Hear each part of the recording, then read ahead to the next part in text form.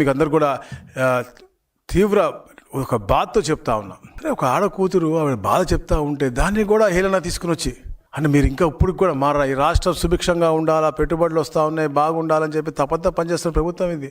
ప్రభుత్వం మీద బురద వేయటం, ఇంట్లో ఆడ కూతుర్లను కూడా మీరు వదలట్లే అంటే నిజంగా చాలా బాధగా ఉంది. మీరు ముందు కూడా ఈ వీడియోస్ కూడా చూడాల్సిన ఆవశ్యకత ఉంది. ఎందుకంటే వారి యొక్క మాటలు మార్పిడి సెక్యూరిటీ లేదు. ఆయన ఎంత సౌమ్యుడు అంటే ఆయనకు అసలు గొడవలు లేవు. ఎక్కడికైనా కూడా పాపం ఒకడే పోయి ఎవరి దగ్గర ఏ కలెక్టర్ ఆఫీస్ దగ్గరికైనా పోతాడు, ఏ ఎంఆర్ ఆఫీస్ దగ్గరికైనా పోతాడు. ఎవరన్నా వచ్చి అడిగితే ఎక్కడికైనా కానీ పాపం వెళ్ళిపోయే రకం.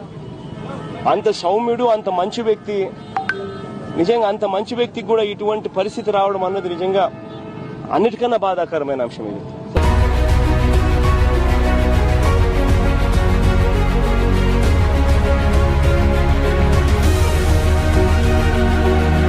వివేకం సారు చాలా స్పష్టంగా 2010 సంవత్సరంలోనే ఆయన పేరు కూడా షేక్ మొహమ్మద్ అక్బర్ గా పేరు కూడా మార్చుకొని పెళ్లి చేసుకుని రెండో భార్యతో ఒక బిడ్డను కూడా షెహన్ షా అనే ఒక బిడ్డను కూడా కనడము, కొడుకును కూడా కనడము.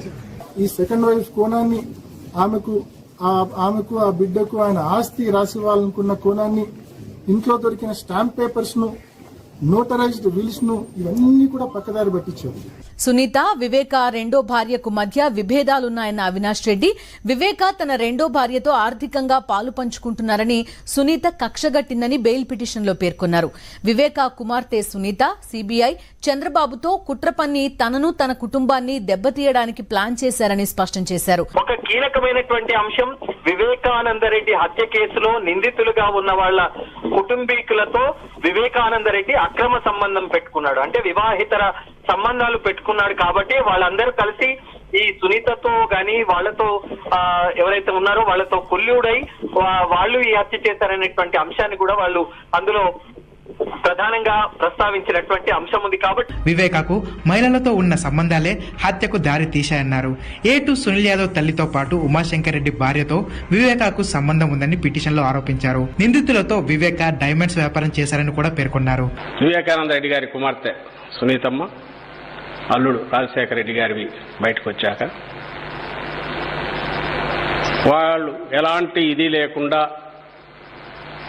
అవినాష్ రెడ్డి వైపు వేలు చూపుతూ ఆరోపణ చేసిన తర్వాత ఇది వ్యక్తిగతమైందని అనుకునే అవకాశం కనిపించట్లేదు. అందుకోసమని ఇది ఈ యొక్క జగన్నాటకాల యొక్క జర్నీ.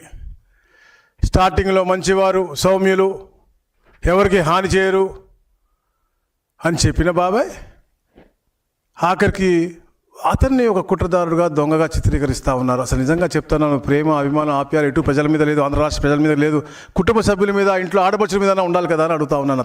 అతనికి అసలు అలాంటి హోదాలు ఉండే అర్హత ఉందా అని అడుగుతా ఉన్నాను. మీరే అన్నారు అన్ని విషయాల్లో కూడా.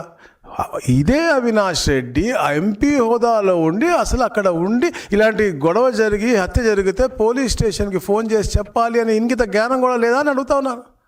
ఎన్ని దాసి రక్తం అంతా తుడిసి కుట్లు వేసి మీరే మీ ఆసుపత్రి స్టాఫులతో, గంగిరెడ్డి వాళ్ళ ఆసుపత్రి స్టాఫ్, మీ బంధువులతో, గంగిరెడ్డి అంటే జగన్మోహన్ రెడ్డి గారు మాంగారే కదా, వాళ్ళందరూ అక్కడ ఉన్నారు ఆ సమయంలో. గూగుల్ టేక్అవుట్లో క్లియర్ కట్గా మనకి ప్రూవ్ అయినాయి.